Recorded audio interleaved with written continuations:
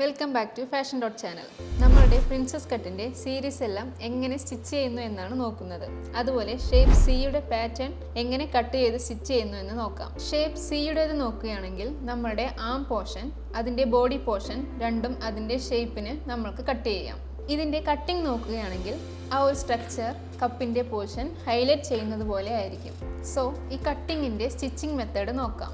നമ്മളുടെ same notches ഉണ്ടാവും. രണ്ട് പോർഷനിലും നോച്ചസ് ഉള്ളതുകൊണ്ട് നോച്ചസ് മാത്രം മാച്ച് ചെയ്ത് സ്റ്റിച്ച് ചെയ്താൽ മാത്രം മതി. മോർ ഓവർ നമ്മളുടെ അടുത്തുള്ള എല്ലാ പ്രിൻസസ് കട്ടിലും ആ നോച്ചസ് മെയിൻറ്റെയിൻ ചെയ്യാം. നമ്മുടെ കപ്പ് സെൻറ്ററിൽ നിന്നുള്ള അറ്റാച്ചിങ് പോർഷൻ വെച്ച് നോക്കിയാൽ പ്രിൻസസ് കട്ട് നമ്മൾക്ക് പെർഫെക്റ്റ് ആയി സെറ്റ് ആവും.